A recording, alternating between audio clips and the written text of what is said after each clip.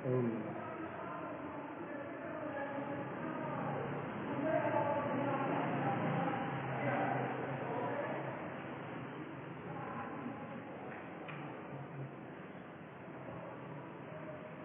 श्री जिन शासन गुरु नमो नाना विधि सुख का आत्म हित उपदेश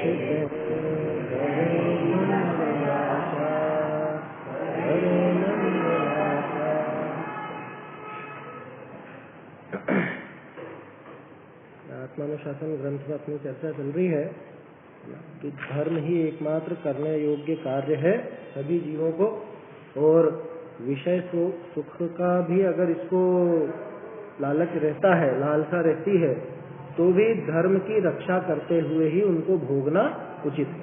क्यों? क्योंकि वो सारे के सारे जो भी विषय हैं जिनको हम सुख कहते हैं, उन सुख का कारण है तो ये धर्म। अब इसको छोड़ करके आगे की क्या व्यवस्था रहेगी? क्योंकि अभी तो भोग लेगा, पिछला उदय मिलेगा जितना, लेकिन फिर आगे वो व्यवस्था नहीं बन पाएगी। इसलिए धर्म मार्ग से कभी भी च्युत नहीं होना चाहिए, धर्म मार्ग में लगे रहना चाहिए। कल ये 22वां छंद अपना हो गया था। ऑनलाइन जो सुन रहे हैं उनका शायद छूट गया था, बीच में ही बंद हो गया था 22वें छंद में बात ये थी कि जैसे जो उसके अंदर आया अपने 12 भावना में, जांचे सुर तरु दे सुख, चिंतत चिंता रैन, बिन जांचे बिन चिंते धर्म सकल सुख दे। वही बात इस छंद में है कि कल्प वृक्ष के सामने तो संकल्प करना पड़ता, माने मांगना पड़ता है ना, उसकी गुजारिश करनी पड़ती। चिंतामणि रत्न के सामने उस विषय में चिंतन करना पड़ता है। आया समझ? आगे आ जाओ ताकि सब आराम से आ जाए।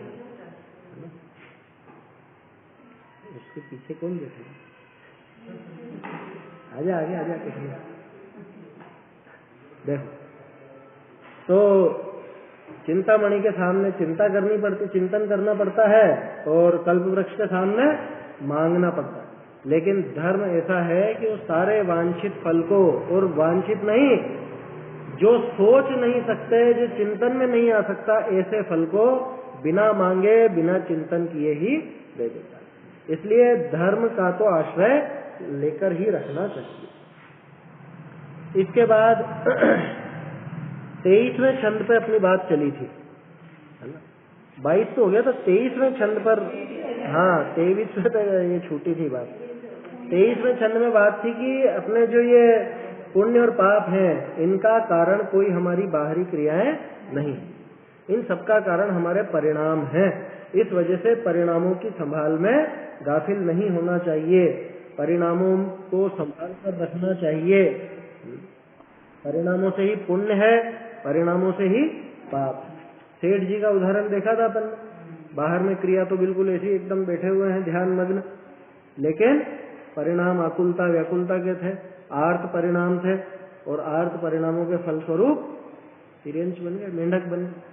और वहां पे मेंढक की पर्याय में क्रिया तो फुदकने की थी, क्रिया तो वो फूल की पंखुड़ी दबाकर ले जाने की थी, लेकिन परिणाम में भक्ति उमड़ती हुई थी, उस परिणाम से वहां पे देव बन गए।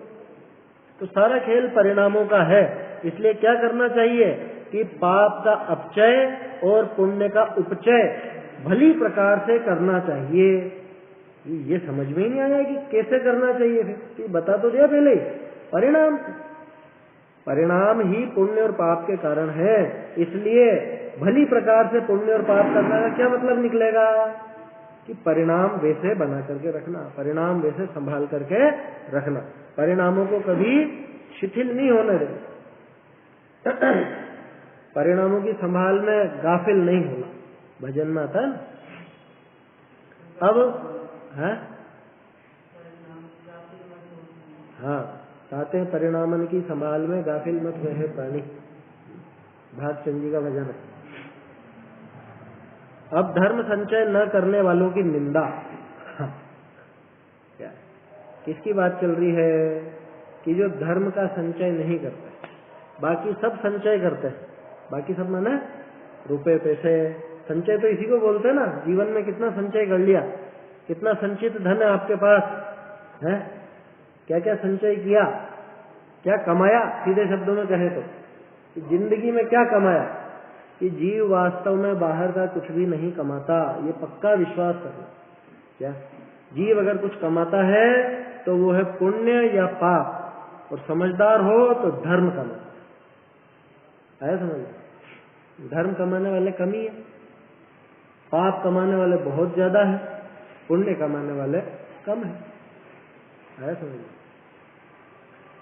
तो जो जीव, देखो इसी से पढ़ते हैं आगे, जे जीव धर्म का संचय को न करते सते विषय सुखनी को भोगवे है, तिनकी निंदा दिखावता सूत्र कहे।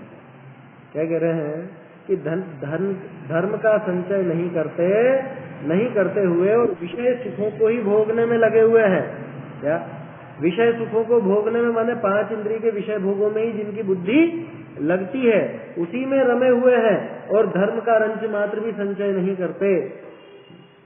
अरे अन्य की बात जाने दो, जैन कुल में पैदा होने के बाद भी, जैनी हो जाने के बाद भी, सच्चे देवशास्त्र गुरु का योग मिलने के बाद भी धर्म का संचय कितने करते हैं। अभी यहाँ पे अपन पुण्य को ही अगर धर्म भी कहे तो उस पुण्य का भी संचय कितने कर रहे। कल बात करी थी ना अपन ने, अभी कैसा खा रहे हो, ताजा की बासी? बासी खा रहे, तो नया संचय किया है नहीं है? ये डब्बे में जितना आटा है ये तो सब खत्म हो जाने वाला है, आगे के लिए आटे की व्यवस्था, तो नया संचय नहीं होगा तो आगे कैसे चलेगी व्यवस्था।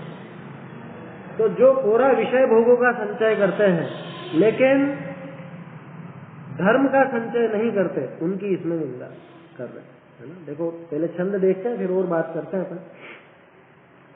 कृत्वा धर्म विघातम विषय सुखान्यनुभवन्ति ये मोहात्, आच्छिद्य तरुन्मूलात्, फलानि गृह्णन्ति ते पापा। कृत्वा धर्म विघातम् विषय सुखान्यनुभवन्ति ये मोहात्,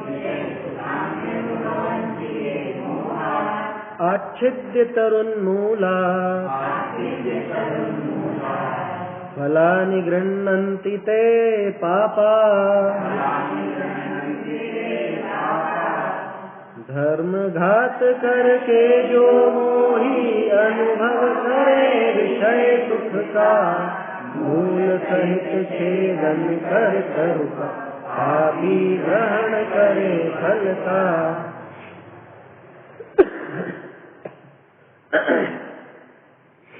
कृत्वा धर्म विघातम, कि धर्म का विघात करके, माने धर्म का घात करके। सीधे शब्दों में कहें तो धर्म का सेवन नहीं करते, क्योंकि ये पक्का समझना कि जो धर्म का सेवन नहीं कर रहा है वो धर्म का घात कर ही रहा है।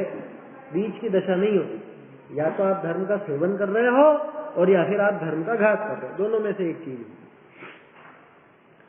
तो जो ऐसा करके क्या कर रहा है, विषय सुखानी अनुभवंती, कि विषय सुखों का ही अनुभवन कर रहे हैं। कैसे कि मोहात, ये मतलब तो जो जीव मोहात, मोह के वशीभूत होकर के, मोह से धर्म का विघात करके विषय सुखों का ही अनुभवन कर रहे हैं, वो कैसे हैं? आच्छिद्य तरु उन्मूलात। क्या तरु यानी वृक्ष? कौन से वृक्ष की बात चल रही है? उसी वृक्ष की, वो जो धर्म रूपी उद्यान में लगा हुआ वृक्ष जिसका फल ये सारा विषय सुख था, ये उस विषय सुख रूपी फल को भोगने के लिए उस तरु को, उस वृक्ष को उन्मूलन करके, यानी उसकी मूल उखाड़ करके, समूल नाश करके, है ना, उसका आच्छिद्य, उसके मूल को छेद करके, यूं कहा कि वृक्ष उखाड़ दे, वृक्ष उखाड़ के इसमें जड़ी काट दी। या जैसे वो चाणक्य का किस्सा आता है ना, पैर में कांटा चुभ गया तो क्या करा उसने? हाँ, जड़ उखाड़ के और उसमें क्षार भर दिया, है ना। क्षार माने क्षार, तेजाब, आया समझ में? बहुत से छाछ बोलते हैं, छाछ भर दी। छाछ वाछ से कुछ नहीं होगा, बहुत से लोगों से सुना है मैंने, छाछ बोलते हैं।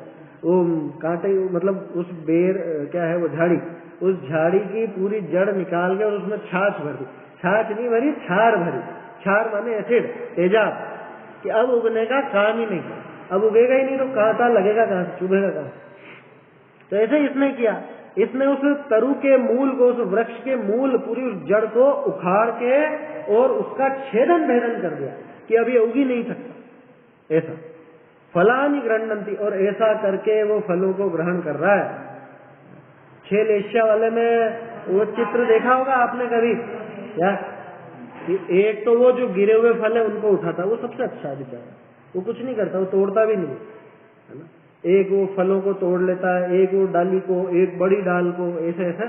और सबसे खतरनाक कृष्ण लेश्या का कैसा दिया, वो पूरा पेड़ ही जड़ सहित उखाड़ेगा, तो उसको काटेगा, काय के लिए, उस फल को खाने के लिए। बस ऐसे ही उस विषय सुख को भोगने के पीछे, उस विषय सुख का सेवन करने के लिए ये इस वृक्ष की जड़ को ही, इसका ही छेदन भेदन कर देता है। फलानि गृह्णन्ति, उन फलों को ग्रहण करता है। क्या कहा उसको, ते पापा, कि वो पापा है, पाप है, उनको पाप का है। अब तो बोलता है पापा, पिताजी को पापा बोलने लग गया। एक वो कहावत चलती है ना, है पाप पापो पापा, ऐसा क्या है वो, पहला पाप स्वयं को भूले, दूजा पाप विवाह कर फूले, तीजा पाप सुता सुत जाए, तब भोंदू पापा कहलाए।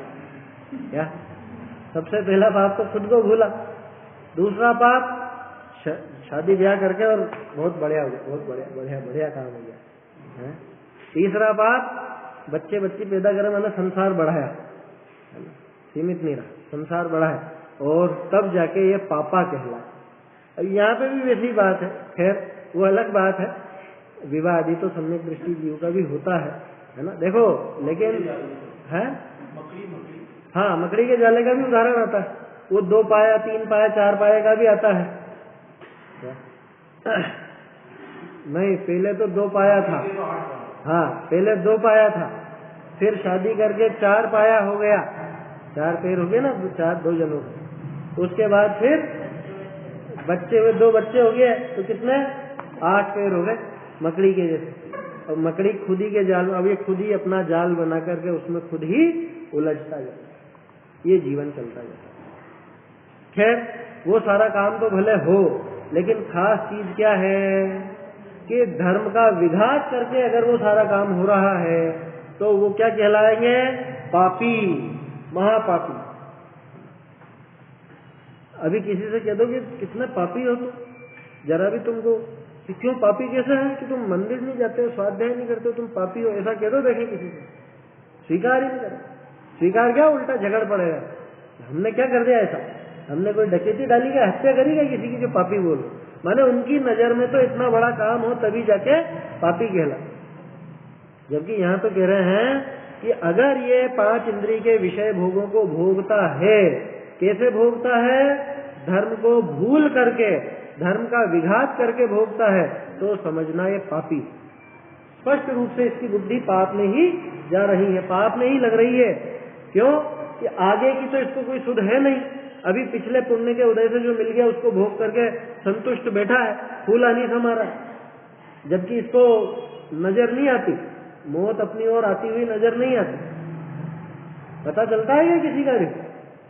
आजकल तो व्हाट्सएप और सोशल मीडिया पे खूब इस तरह की बातें आती, चलो एकदम ऐसे बैठे बिल्कुल लुढ़क गए, या कुछ काम करते करते ही चल बस, खाना खा रहे थे, खाना खाते खाते ही वहां पे थाली के ऊपर ही होता है ना, अपने यहाँ पे कितने किस्से हो गए।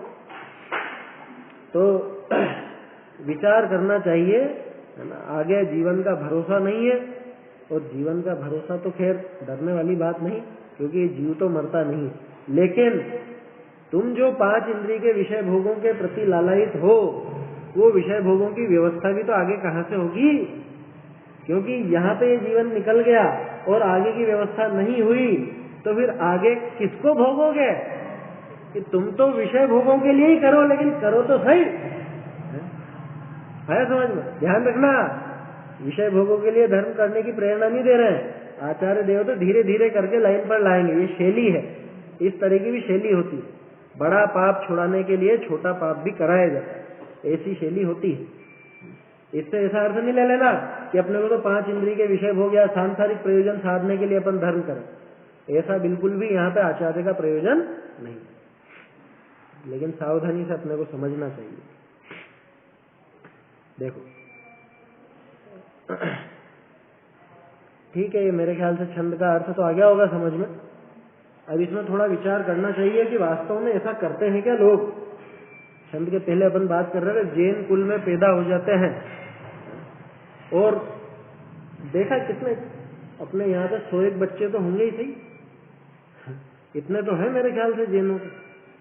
कितने बच्चे, 100 से ज्यादा ही होंगे, और मैंने तो बहुत कम गिनती बताई है, 200, 250, 300 तो होंगे ही सही बच्चे भी। वो बच्चों को भी कहाँ ऐसे संस्कार दिए जा रहे हैं कि भैया मंदिर जाना सबसे पहले भगवान के दर्शन करना या कुछ स्तुति वगैरह याद करने की। कहाँ भेजते हैं बच्चों को?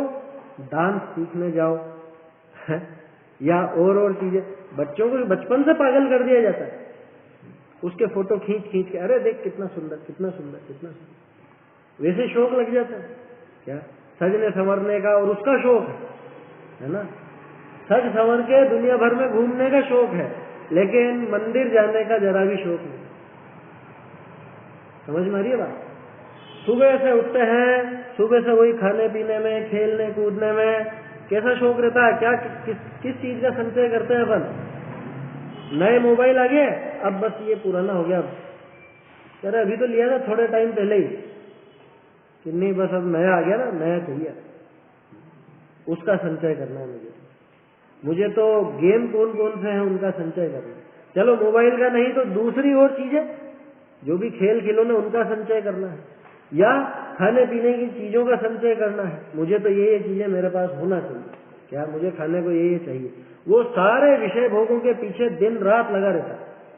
अपने जैन की बात कर रहा हूँ, अन्य की तो जाने ही दो, वो तो लगे ही रहते, उनको तो सही मार्ग मिला नहीं, इसको तो मिला ना। लेकिन नहीं देखा अपन ने पाटन में अभी क्या स्थिति है, मतलब जो शादीशुदा नहीं है उन बच्चों को पूरा अपन देखे गौर से तो लगेगा कि नहीं ये जैन है।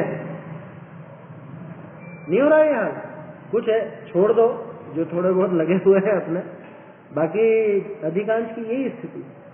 उनको देख के कोई कह नहीं सकता, उनकी हरकतों को देख के कोई कह नहीं सकता कि ये जैन है या जैन परिवार का बच्चा। मंदिर जाने का नाम नहीं, स्वाध्याय का नाम नहीं, स्वाध्याय छोड़ो, छोटी छोटी बच्चों की कहानियां उनको कोई पढ़ने को नहीं मिलती, न माँ बाप प्रेरणा देते हैं, और उल्टी सीधी शिक्षाएं देने में वहां भेज देंगे, क्या दूसरी चीजें सिखाने में भेज देंगे, डांस क्लासेस भेज देंगे, या और मतलब क्या बिल्कुल क्या काम बचा, यही काम हाथ लगा। नाचने का काम क्या जैनों का काम है? नाचने सुनने में अच्छा नहीं लगता, क्या है नाचने वाला बोलो बहुत बुरा लगता। डांसर है? कोरियोग्राफी सीख रहा है,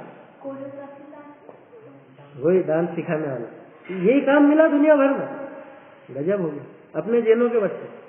और आखिर में क्या होता है, संस्कार रहते नहीं है ना। 2-3 डांसर ऐसे अपने यहाँ, क्या बता, पढ़ाई भी क्या, वहां पे पढ़ाई के लिए भी भेजे तो धार्मिक संस्कार बिल्कुल नहीं। वहां पे कभी नहीं कहेंगे उनसे कि बेटा रात में नहीं खाना है अपने को, पढ़ाई मिले चाहे नहीं मिले रात में नहीं खाना। कौन देगा ये शिक्षा? 5 मिले खिलाओ, खिलाओ। हाँ उनकी नजर में बस हो। इसके पहले वाले छंद में आ चुका है वो जवाब, कि तुम्हारी ये क्रिया से कुछ होने वाला नहीं है, सारा का सारा खेल किसका है? परिणामों का। वो पुण्य पाप का सारा खेल परिणामों का है समझ में? अब उनका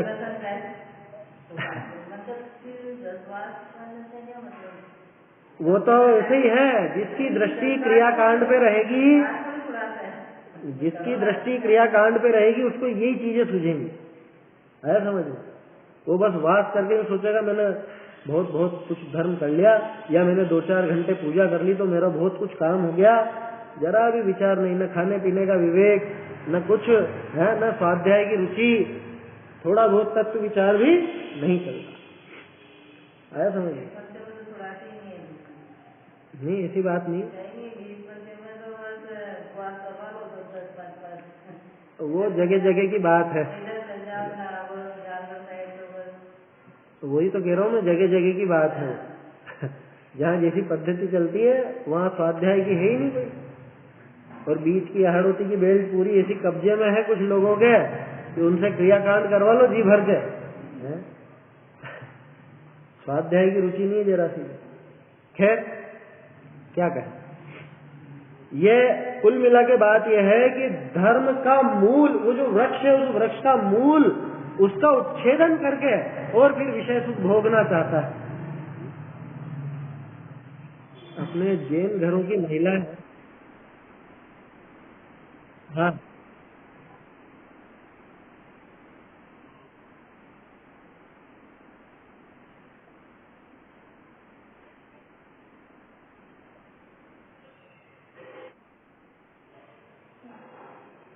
प्रायश्चित, तो प्रायश्चित तो उसमें कैसे लोग हैं, वो काम छोड़ दो आगे के लिए।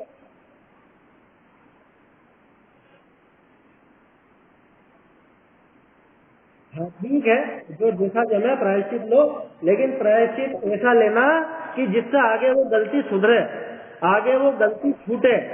ऐसा नहीं कि हाँ ठीक है आज छोड़ दिया, ये तो क्या मेरे रोजमर्रा का काम है, आज छोड़ दिया, हरी सही आज में नहीं हो गया प्रायश्चित, ऐसा नहीं होता।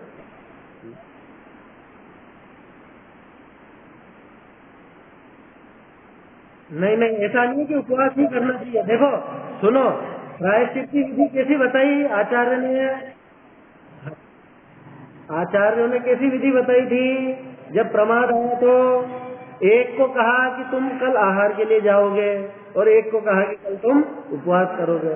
तो कुल मिला के प्रयोजन ये होना चाहिए कि आगे वो गलती ना हो, ऐसा कुछ काम करो। जैसे मान लो उदाहरण के तौर पे गलती कैसी हुई। हाँ जैसे एक बिल्कुल असली किस्सा सुना, तो शायद पहले भी सुना चुका हूँ। अपन चले थे उज्जैन में खाना खाया था, है वहाँ ऐसी घटना हो गई थी कि वो बाजरे का खींचड़ा वाला किस्सा है ना।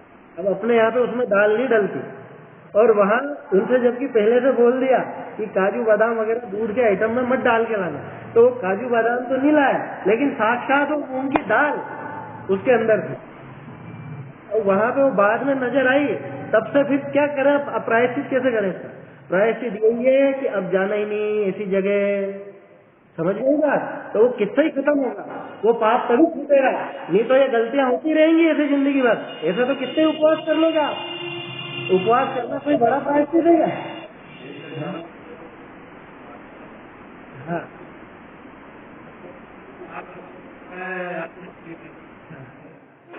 उपवास कोई ऐसी बड़ी बात नहीं है। बहुत से लोगों के दिमाग में यह है कि प्रायश्चित में क्या करा, उपवास कर लिया हो गया प्रायश्चित, ऐसा बिल्कुल भी नहीं है।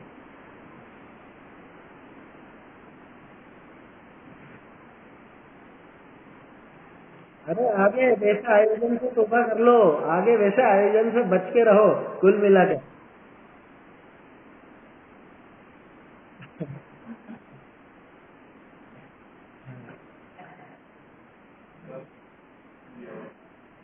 उपवास से कोई ऐसा प्रायश्चित हो गया, उस पर वो परिणाम वहाँ पे कुल मिला के सुधरने चाहिए। वो जो गलती हुई है आगे ना हो, इस तरह का काम लेना चाहिए। अरे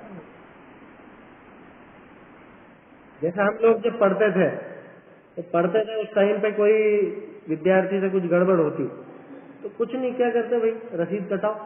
तुम्हारी भी कटी रसीद है, मतलब तुम्हारे टाइम पे कटी थी रसीद कटा लो, भोजन की रसीद कटा लो, बस वही दंड जैसा लगता था। भले लड़का पैसे वाला हो कि गैर पैसे वाला, उससे मतलब नहीं है, लेकिन रसीद कटी आज इसकी, माने उसको बहुत ऐसी हीनता लगती थी, तो वो काम हो गया उससे, है समझ में। दंड वहां पे रुपए का दंड देना ये कोई विशेष बात नहीं थी, आराम से 25 रुपए की रसीद में क्या लगता है, उस टाइम 25 रुपए था, अभी जो भी है, लेकिन उसमें बहुत हीनता लगती थी। सब ये देखते और सब बात करते आज इसकी रसीद कटी है, ये वहां क्यों गया, आज इसकी रसीद कटी है। वो एक हीनता वाली बात होती थी, मान खंडित होता था, तो अपने आप वो वैसा प्रायश्चित होता था। इस तरह का प्रायश्चित करना, और वास्तव में प्रायश्चित गुरु से लिया जाता है क्या। अब चूंकि गुरु, अब जो गुरु पद के धारी है वो तो अपने सामने है नहीं, जिनवाणी है जो आपको संबोधने वाली है, और भगवान है। तो भगवान के सामने आप जाकर कुछ नियम ले लो उसके बदले में कि आज से ये छोड़ दिया, ऐसा कुछ नियम ले लो ना, उसमें क्या दिक्कत है? उपवास करने में क्या दाना? मैं नहीं समझता उपवास को, बिल्कुल भी नहीं समझता उपवास में कोई बहुत विशेष प्रायश्चित हो गया और आज गलत काम हो गया और ये अब ये उपवास ले लूं मैं तो प्रायश्चित हो गया, ऐसा बिल्कुल भी नहीं है। कोई दम नहीं है भूखा रहने में, सब रह लेते हैं आज के जमाने में। कुछ कठिन नहीं, कुछ कठिन नहीं है। फास्टिंग करते हैं लोग बात, खाली पेट रहते हैं, कोई बड़ी बात नहीं। प्रायश्चित लेना है तो ऐसा लो कि भैया आज से अपने ये गलती हुई है थी और अपने को अगर उसका वास्तव में खेद है कि आज से, सुनो ध्यान से, आज से 1 वर्ष का 2 वर्ष का जो भी उसका त्याग, जो भी किसी भी वस्तु का त्याग कर दो, कुछ भी ऐसी चीज का त्याग कर दो, है जो चीज अपने खाने में आती है, और अगर कोई अभक्ष खाने में आ रहा है तो उसका करो, और अगर कोई अभक्ष खाने में नहीं आता है तो भक्ष का भी कर दो त्याग। फिर कोई भक्ष का कि इतने समय तक के लिए मेरे इस वस्तु का त्याग है, नहीं खाऊंगा या नहीं खाऊंगी, जो भी है, ये सिर्फ खाने पीने की बात करी है। बाकी तो वास्तव में प्रायश्चित तो परिणामों का ही खेल है सारा, है समझ में। क्योंकि कल से मैं मान लो त्याग कर दूं, कैसा कि मैं, जैसे उदाहरण के तौर पे कोई व्यक्ति अंगूर बहुत कम खाता हो, साल में 1 आध बार खाता, कि अंगूर छोड़ दी। अब अंगूर तो खाता ही नहीं था वो, भक्ष की कह रहा हूँ, भक्ष का उदाहरण नहीं लिया इसलिए मैंने, भक्ष्य पदार्थ में कि अंगूर छोड़, अंगूर कितने बार खाता था कि खाता ही नहीं था, साल में 1 आध बार कभी खाए तो वो छोड़ दो। उसमें क्या जाना कि रोज क्या खाते हो कि लौकी, गिलकी, तुरई वगैरह, ये छोड़ के बता, तब मालूम पड़ेगा प्रायश्चित किसको आया समझ में। तो प्रायश्चित में लगना चाहिए तब जाके प्रायश्चित होता है, उसमें नहीं लगे, किसी को उपवास से लगे तो वैसे लगे, उसमें दिक्कत नहीं है, लेकिन कुल मिला के वो प्रवृत्ति रुकनी चाहिए, है ना। प्रायश्चित का अर्थ ही यही होता है कि वो जो गलती हुई है, वो जो गलत काम हुआ है, वो रुकना चाहिए, आगे से वो नहीं हो, तब जाकर के वो प्रायश्चित कहलाता। उधर मुंह करके क्यों बैठा, इधर देखो अर्थ पढ़ते हैं, है ना। बात तो अपनी ये चल रही थी कि वास्तव में जो धर्म है, अब वो धर्म को पाकर के भी, अन्य की बात ही नहीं करनी, जैन कुल पाकर के भी और धर्म के मूल का छेदन करके, धर्म वृक्ष के मूल का छेदन करके और फिर ये इन विषय भोगों को भोगता है, तो ये महापापी है। मतलब उसी में बुद्धि लगी हो तो महापापी समझना। वो बालक, वो उसके माँ बाप, उसको शिक्षा देने वाले, उसके परिजन, सब महापापी है। ये धर्म की सुध नहीं दिलाते, धर्म की याद नहीं दिलाते, और दूसरे कामों की सब याद दिलाते।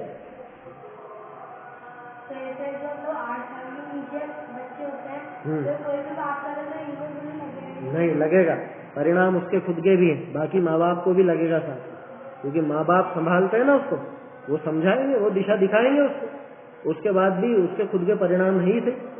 क्योंकि 8 साल से पहले वो अगर मरता है तो फिर उसकी क्या होगी व्यवस्था, है सारा का सारा फल माँ बाप को लगेगा, तो क्या गति भी आयु क्या माँ बाप को बंधेगी क्या?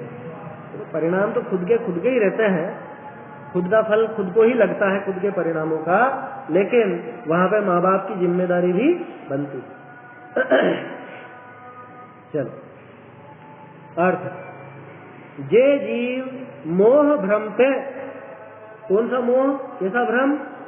मोह तो मिथ्यात्व का जोर तो है ही थे, उसके साथ साथ चारित्र मोह, तीव्र कषाय का भी उसको जोर है ना। और भ्रम कैसा कि अरे धर्म में तो दुख है, इसमें अपने को सुख नहीं मिलेगा, या अपन धर्म मार्ग में लगेंगे तो ये विषय सुख नहीं भोग पाएंगे, इसलिए अपने को सुख से रहो, मस्त रहो, बिल्कुल खाओ पियो मौज करो, ये बुद्धि चलती है ना ज्यादातर लोगों की, ये भ्रम। जे जीव मोह भ्रमते, धर्म का घात करी, विषय सुखनी को भोगवे है, ते पापी मूल ते वृक्षनी को छेद करी, फलनी को ग्रहे। क्या वो पापी मूल से उस वृक्ष का छेदन करके और फिर उस फल को ग्रहण करता है। कैसे वो कृष्ण लिष्य वाला जीव बताया था ना, उसको फल खाना है तो पूरे वृक्ष को उखाड़ के खाना। भावार्थ, जैसे कोई पापी फल ही को चाहे, परंतु रौद्र भावनिते वृक्ष को जड़ते काटी, फल हाथ लगे तिनको ग्रहण करे, तैसे मोही जीव सुखी को चाहे, परंतु पाप बुद्धि पे धर्म का घात करी जो सुख उदय आवे ताको भोगवे। जो सुख का उदय पिछले पुण्य के उदय से जो सुख भोगने को मिल रहा है उसको भोगता है, लेकिन कैसे भोगता है? धर्म का घात करके भोगता है। इसका सीधा सा उदाहरण, कोई दिक्कत नहीं है, शाम को सूर्यास्त के पहले भोजन कर सकता है, सब अनुकूलता, उसके बावजूद अरे अभी तो टाइम ही नहीं हुआ, थोड़ी देर से ऊपर मकान नीचे दुकान तो रहता तो क्या। हाँ ये क्या है? ये धर्म का भाई, उसको किसी ने रोका नहीं, वो सब काम कर सकता है टाइम से। देखा है, बहुत से लोगों को देखा है। अरे महिलाएं जो घर में रह रही हैं वो भी सुध ही नहीं पड़ती है कि सूर्यास्त के पहले चौका चालू कैसे होगा। अरे जेनी का चौका तो सूर्यास्त के बाद खुलता नहीं है। क्या काम वहां पर, क्या बनाना है, क्या करना? जेनी के यहाँ पे आरंभिक कार्य नहीं होते रात। अरे अपन उस परंपरा के हैं जहाँ पे तो जिनालय तक सूर्यास्त के बाद खुलते नहीं। गुमानी राम जी ने है बहुत सी, गुमानी राम जी ने बहुत सख्त नियम रखे थे। और हम लोग जब ये पढ़ रहे थे रहस्यपूर्ण चिट्ठी, तो आदिनाथ जी के मंदिर में एक कॉपी है उसकी हस्तलिखित की, उसके साथ 2-3 चिट्ठियां और थी उस टाइम की। तो रहस्यपूर्ण चिट्ठी के अलावा उसमें एक चिट्ठी और मिली कि आज तक तो ये चल रहा था, मतलब ढूंढारी में ही थी वो सारी की सारी, कि आज से 13 पंथी मंदिर में ऐसा ऐसा चलेगा, ऐसे करके वो पूरे नियम वगैरह बहुत कायदे से लिखे थे। वो पढ़ के हम चौंक गए कि ऐसा कौन पालन करता है।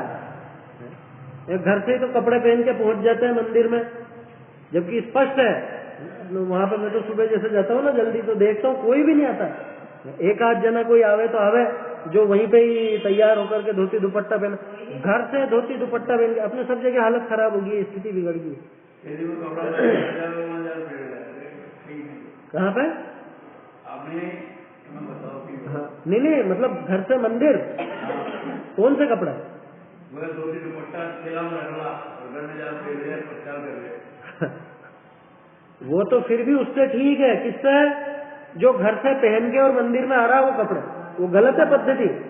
अपने बहुत सी जगह पे मुमुक्षु मंडलों में, स्वाध्यायी समाज में भी ये प्रवृत्ति घुस गई है, बहुत सी जगह पे घुस गई। उससे गलत ये है कि वस्त्र धूल वगैरह सब पकड़ता है, और ये पूरे जमाने भर की जो भी धूल मिट्टी है, गंदगी है, वो सब वो साथ में आ रही है और मंदिर में प्रवेश कर रही है। पैर तो आके धो लेंगे, वो कपड़ा थोड़ा धोएगा वो। बात समझ में आई? अच्छा, और फिर एक और बात है, धोती दुपट्टे पहन लिए तो नंगे पैर ही आना है फिर। और नंगे पैर सुबह सुबह उस मार्ग पे जो प्रासुक नहीं हुआ है, प्रासुक नहीं हुआ का मतलब कि जिस पे गंदगी वगैरह सब है ना। अरे गाय वाय सभी तो घूमती हैं, उनका मल मूत्र सभी पूरे रोड पर फैला रहता है, वो सब सूख जाता है। उसके ऊपर चल करके वो नंगे पैर वहां से आना और फिर उसके बाद वही पैर लेकर के, वो उचित नहीं है किसी के साथ। और एक को तो ऐसी सलाह दी थी कि तू एकदम बिल्कुल नई चप्पल रबड़ की, सिर्फ रबड़ की रख ले, जो पहन के घर से वहां चल जा। क्यों? क्योंकि वो आते थे उस गली से निकल के वहां अंडे के छिलके वगैरह सब रहते थे।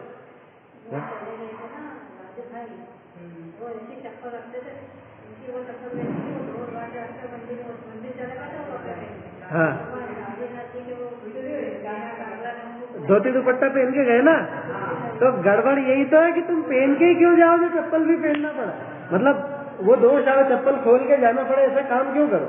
वहां जाओ आराम से, वहीं नहाओ धो, और नहीं नहाओ धो तो कम से कम वो जो भी गीला सूखा पंचा वगैरह उससे करके और पूरे वस्त्र उतार कर फिर वो मंदिर के वस्त्र पहन के फिर मंदिर का जो भी काम है वो कर।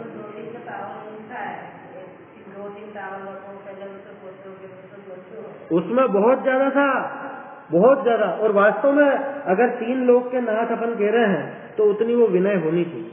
उसमें ऐसे नहीं था कि आपने हाथ धोए और उसके बाद हाथ पोंछे और फिर लगा लिया, ऐसे नहीं। हाथ धोए फिर हाथ पोंछे, वो अलग कपड़ा उसको अलग टांको, फिर एक कपड़ा और उससे हाथ पोंछो, डबल। ऐसे बहुत था उसमें 3-4 अलग अलग वस्त्र रखने की बात थी। बहुत ज्यादा था उसके अंदर तो वर्णन, उतना तो फिर आज कोई पालेगा ही नहीं, है ना। लेकिन इतना तो अपने को विचार करना चाहिए कि मंदिर में घर से ही वो कपड़े पहनकर आकर के और फिर भगवान को हाथ लगाना या मंदिर की सामग्री आदि का वो काम करना वो उचित नहीं। वो तो मंदिर से ही होना चाहिए सारा काम, विधि कायदे से वही है। भाई कपड़े खुद धो लो ना मंदिर में और धोकर सुखा दो, ये सब सिखाया जा रहा है। और दुकानें चल पड़ी ना, चक्कर तो ये है, दुकानें चल पड़ी रेडीमेड की, मंदिर के कपड़ों के रेडीमेड की। उसमें भी सुनने में आया था, पता नहीं क्या वो कपड़ा कौन सा रहता है, वो एकदम अलग ही चिकना कॉटन रहता है, तो उसमें ऐसा सुनने में आया था कि कुछ वो चर्बी वगैरह का उसको वो लेप लगता है तब जाकर के वो ऐसा चिकना बनता है। तो ऐसी खबर आई थी कुछ, शायद पिछले साल आई थी। हाँ हाँ हाँ, उसके ऊपर वो लगाते हैं और उससे थोड़ी चिकनाई भी रहती है अच्छा हाँ, तो मतलब बात सही है वो। तो इसलिए कायदे से बिल्कुल जो लट्ठे का कपड़ा आता है या सूती जो आता है बिल्कुल वो काम में ले। हाँ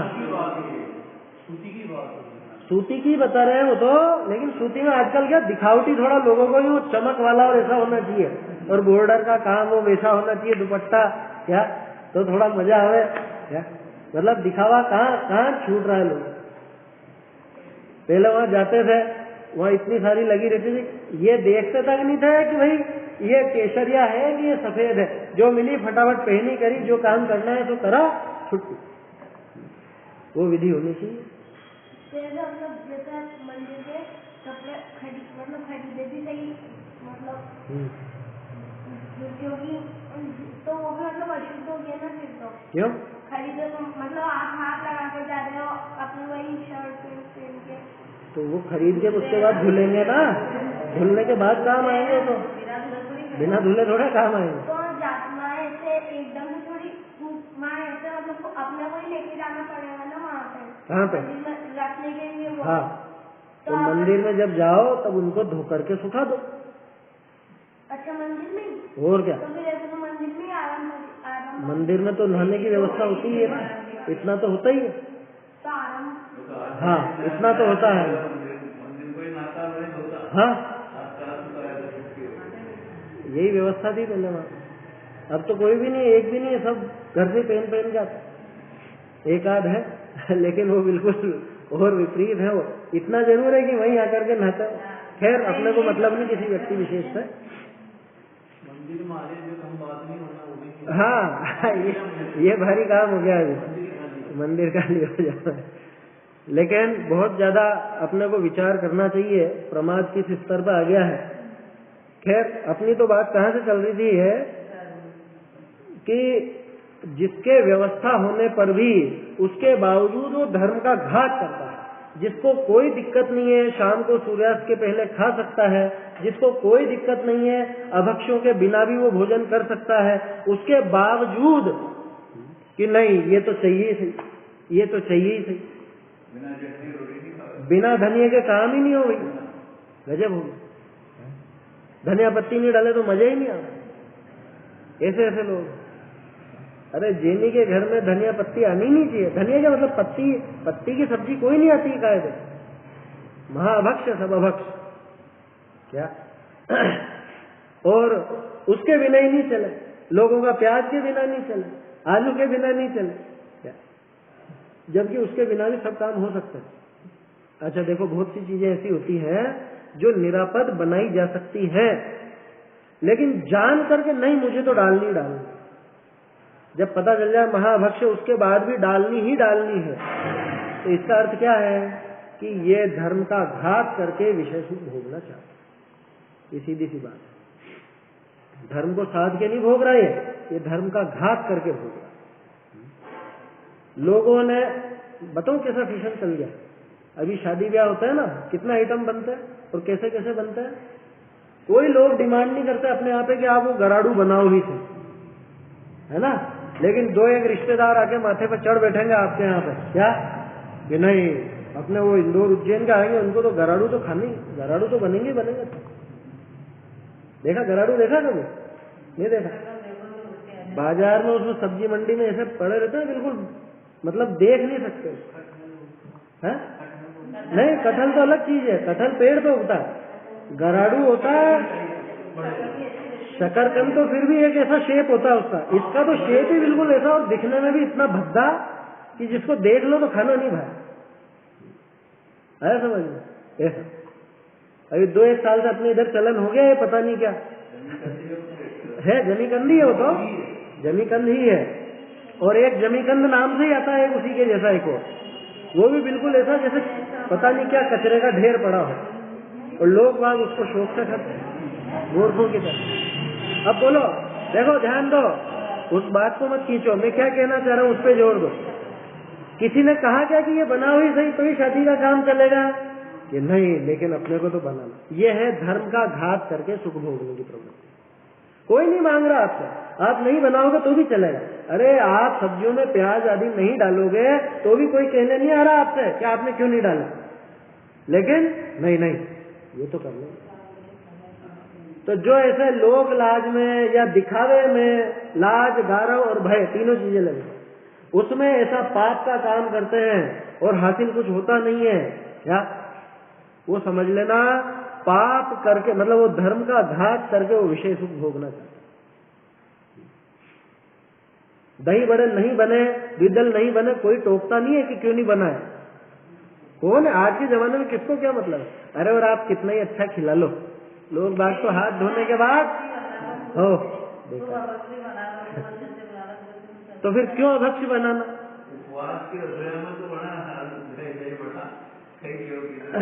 यही तो कह रहा हूं मैं भाई, जहाँ पे निरापद रूप से दूसरा आसानी से काम हो सकता था, जैसे अभी उदाहरण के तौर पे अपन स्वाध्याय कर रहे हैं, ठीक है, लाइट की आवश्यकता है तो लाइट जलाते हैं। अब जहाँ जरूरत है वहाँ वो काम होता है, वहां तक तो बात समझ में आती है। जहाँ जरूरत ही नहीं है और उसके बावजूद सिर्फ लोग लाज से, भय से, गौरव से, है अपने दिखावे से, उसकी वजह से मैं वो बड़ा से बड़ा पाप करने से नहीं चूकूं, तो ये कितनी मेरी खोटी बुद्धि है। या समझ लो कितना, ये जो पापा शब्द लिखा ना, महापापा है, महापापी है, धर्म का घात करके विषय सुख भोगना चाहते, बिल्कुल परवाह नहीं करते, बिल्कुल भी विचार ही नहीं करते कि भाई जैन की रसोई है, जैन की रसोई में द्विदल कैसे बन जाए, या जैन की रसोई में आलू प्याज कैसे आ जाए। रसोई माने वो खाने की भी समझ लेना, जो सामूहिक भोज देते हैं, चाहे शादी ब्याह का हो, चाहे कोई सामाजिक आयोजन हो, या कैसा भी आयोजन हो, ये अपने को समझना चाहिए। अभी तुम लोग बहुत देखोगे आगे जीवन में बहुत सारी चीजें, तो ध्यान रखना है, कुछ तुम्हारे आयोजन होंगे, कुछ तुम्हारे मिलने वालों के आयोजन होंगे, तो तुम्हारा काम है संबोधने का, सलाह देने का। भाई इस चीज की तो देना ही देना, बाकी दुनियादारी के विषय में भले मत बोलो, वहां पे मूर्ख बन के रह जाओ, कोई दिक्कत नहीं, लेकिन जहां पे धर्म का घात होते देखो वहां तो विरोध जरूर हो। क्या ये अपना काम? देखो, जैसे कोई पापी फल ही को चाहे, परंतु रौद्र भावनिते वृक्ष को जड़ते काटी फल हाथ लागे, तिनको ग्रहण करे, तैसे मोही जीव सुख ही को चाहे, परंतु पाप बुद्धि ते धर्म का घात करी जो सुख उदय आवे, ताको भोगवे। यहाँ इतना समझना, जैसे वृक्ष को काटो व राखो, फल तो जेता पाइए है कितना ही हाथ लागे। क्या वृक्ष को काट देगा तो, जैसे मान लो एक पेड़ पे 10 आम आए, तो वो वृक्ष को काट देगा तो भी 10 ही आम खा पाएगा, और नहीं काटेगा तो भी 10 ही आम खा पाएगा। अभी तत्काल की बात कर रहे हैं, लेकिन आगे देखो कितनी बढ़िया बात। वृक्ष को काटे आगामी फल प्राप्ति होनी नहीं, और राखे आगामी फल प्राप्ति होई। कितनी पते की बात की है कि ये तो पक्की बात है, तू काट चाहे रख, फल तो तेरे को उतना ही मिलने वाला है जितना है, पिछला पुण्य का उदय जो है उतना ही भोगेगा अभी भी। तू धर्म कर चाहे मत कर, लेकिन अगर तू वृक्ष को रखेगा तो आगे भी ऐसे फल भोग सकेगा, इतनी सी बात है। राखे आगामी फल की प्राप्ति, तैसे धर्म को घातो व राखो। क्या कह रहे थोड़ा नहीं, धर्म को घातो व राखो। सुख तो जेता उदय होना है, सोई सुख तो जितना तेरे पिछले पुण्य का उदय है उसी अनुसार होगा। धर्म को घाते आगामी सुख प्राप्ति होनी नहीं, और राखें आगामी सुख की प्राप्ति हो है। रखेगा तो आगे मिलेगा, और नहीं रखेगा तो अभी जितना पिछला उदय है उतना मिलेगा, बस आगे की खत्म हो जाएगी व्यवस्था। बल्कि इसमें एक चीज और समझ कि पिछला भी जरूरी नहीं कि मिल ही जावे फिर। क्या? जैसे उसने वृक्ष को काटा, ठीक है, काई के लिए काटा? फलों के लिए। अब वो सारे फल चप्टे हो गए, अब क्या करो?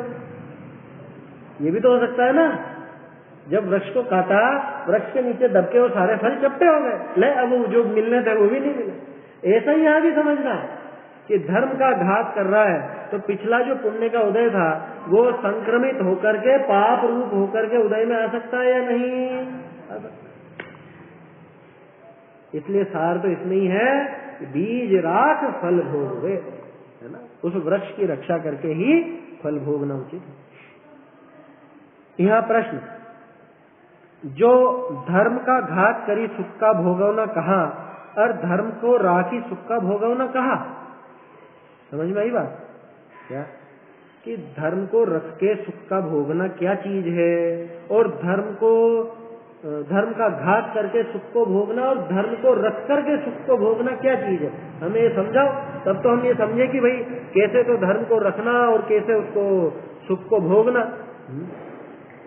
कितना है, ज्यादा है क्या अभी? हाँ, ये तो चलेगा अभी 1-2 पैराग्राफ और, समय हो गया अभी, है ना। ये प्रश्न अपन कल देखेंगे।